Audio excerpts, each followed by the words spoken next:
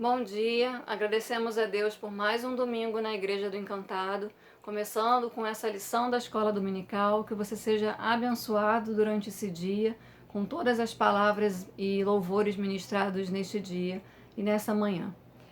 Nós vamos começar com a lição 2, que fala sobre a diferença entre a igreja invisível e a igreja visível.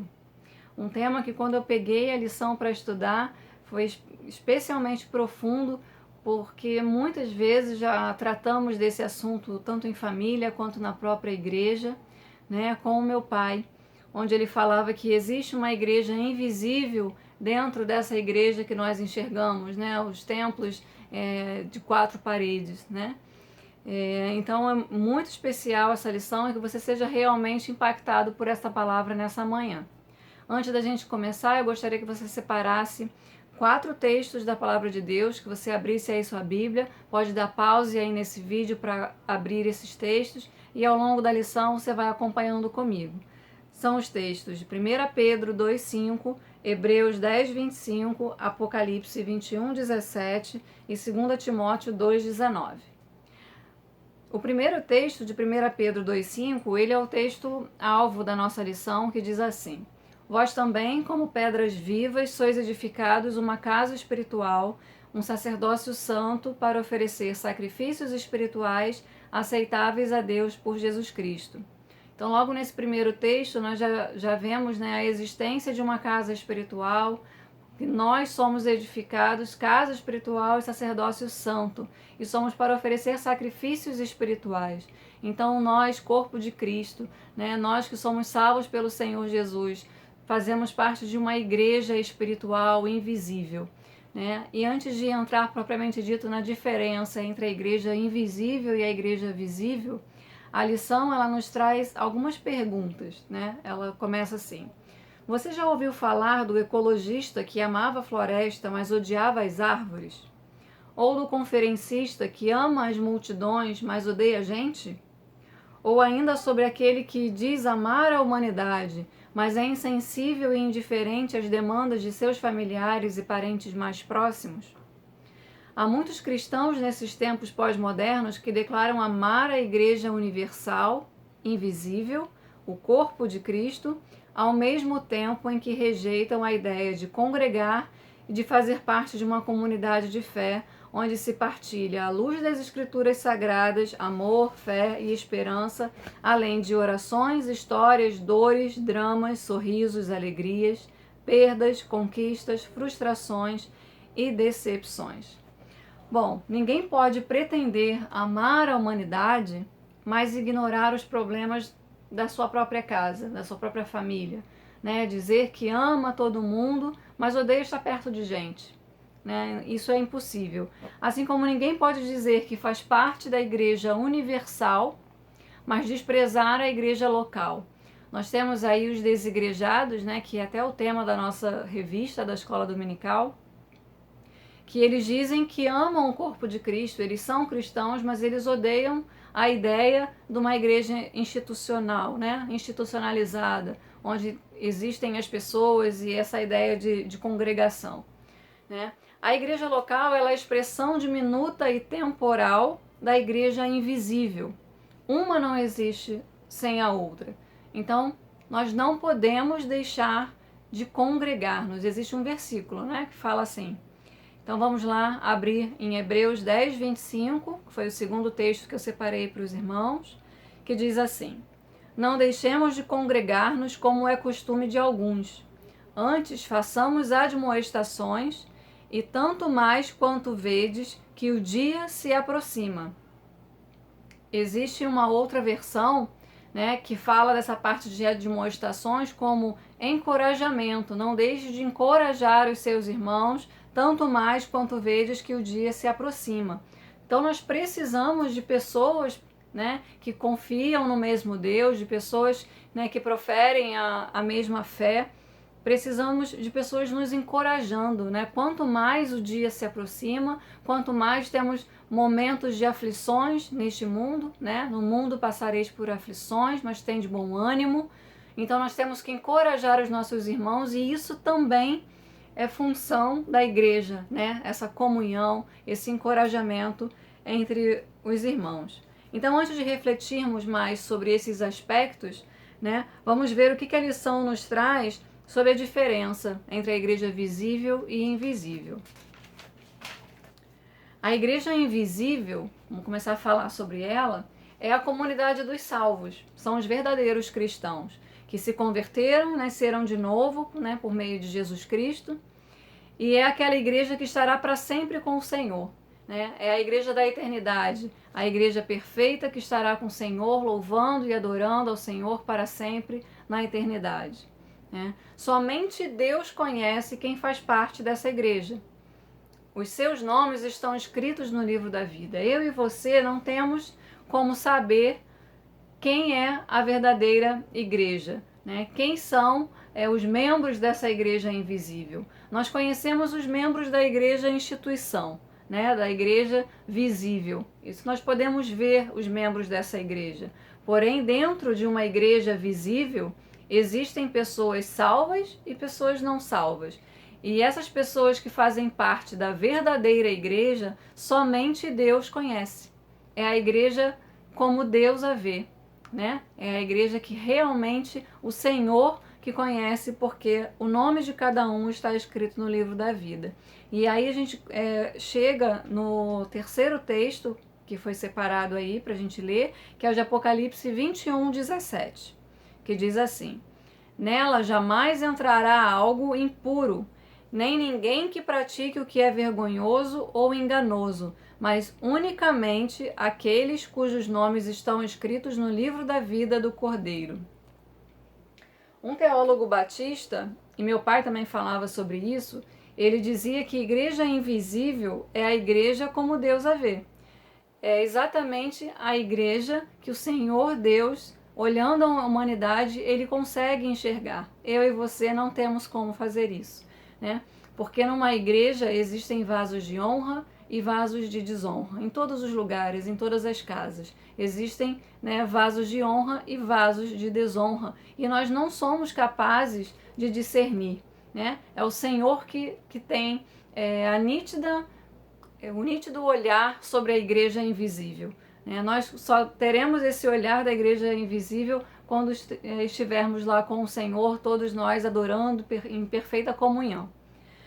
Os reformadores, Lutero, Calvino e outros, também reforçavam que, apesar da importância da igreja instituição, comunidade, ela não pode ser confundida com a igreja cristã verdadeira, a igreja espiritual, a igreja invisível. Eles lutavam contra a igreja católica, que se colocava como mediadora das bênçãos celestiais. Então não é que eles eram contra o templo ou contra a igreja instituição. Eles lutavam contra a igreja católica por uma questão de autoridade abusiva, né, onde a igreja católica começou a se colocar como no lugar do próprio Cristo, como mediadora das bênçãos celestiais, como mediadora da salvação, que é Cristo que nos dá. Né? Então, como se os membros da igreja católica, apenas esses, pudessem ser salvos. Né? Como se a salvação viesse através da igreja católica instituída.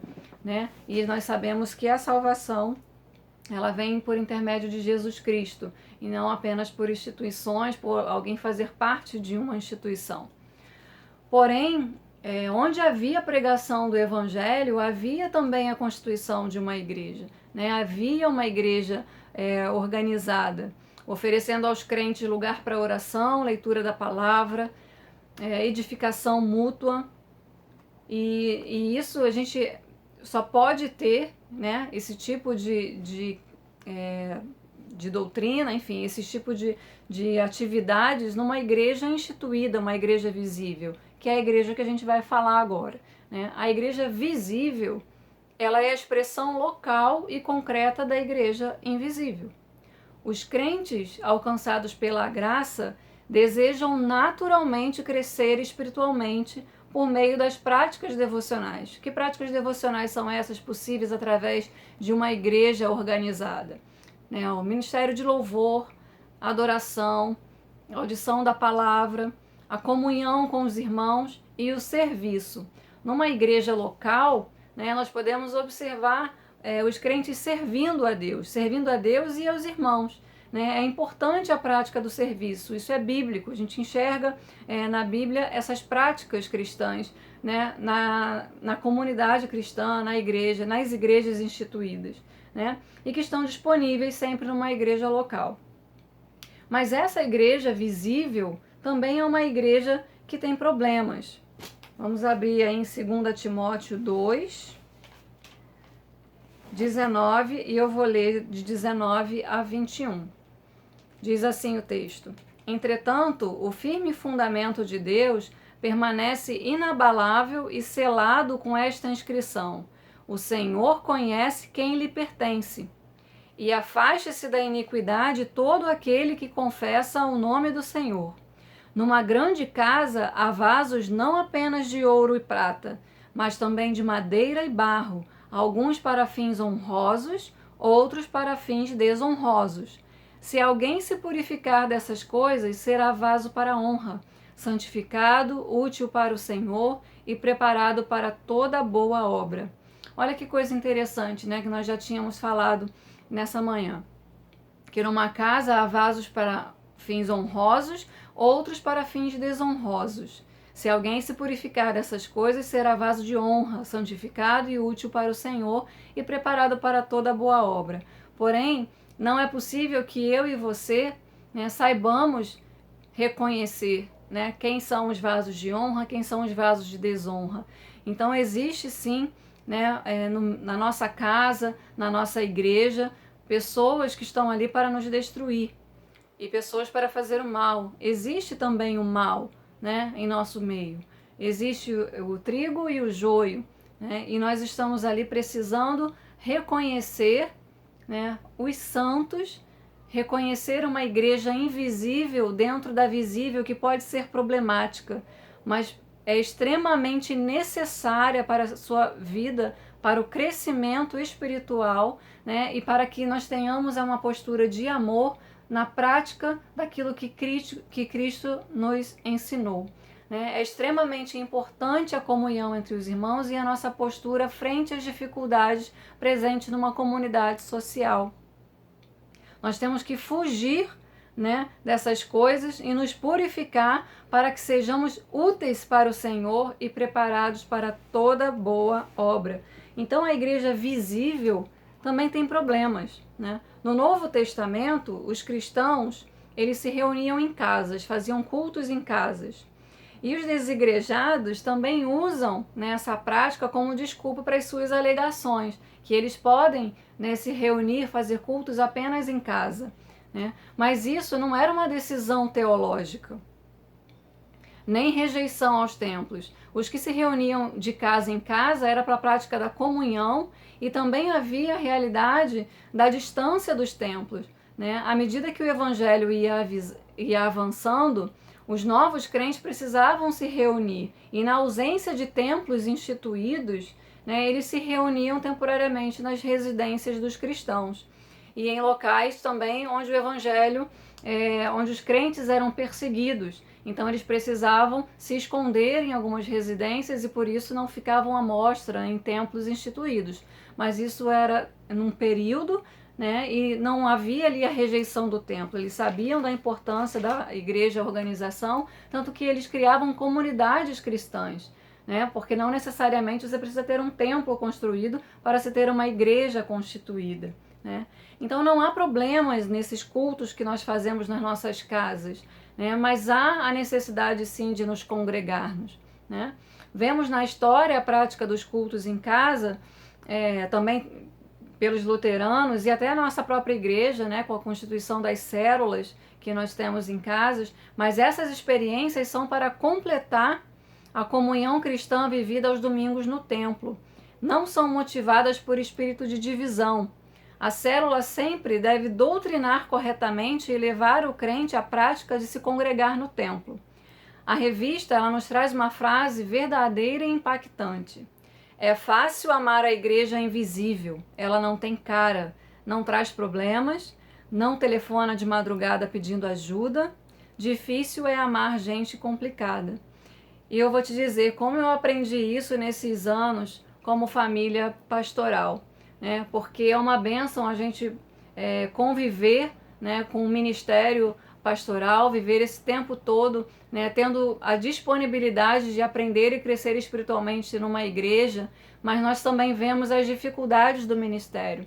Nós também compartilhamos de problemas, né, por conta de vaidade, por conta de disputas, por conta de perseguição, por conta de pessoas que estão numa igreja para destruir, para causar intriga, para causar divisão, né? Pessoas que realmente o ego e a vaidade falam mais altos. E nesses momentos que conversávamos muitas vezes com o meu pai, ele sempre falava: olhe para a igreja invisível que existe dentro da igreja visível. Seja você, meu irmão, um crente verdadeiro e que faz parte da igreja universal, da igreja invisível, espiritual, uma igreja que está ali para abençoar.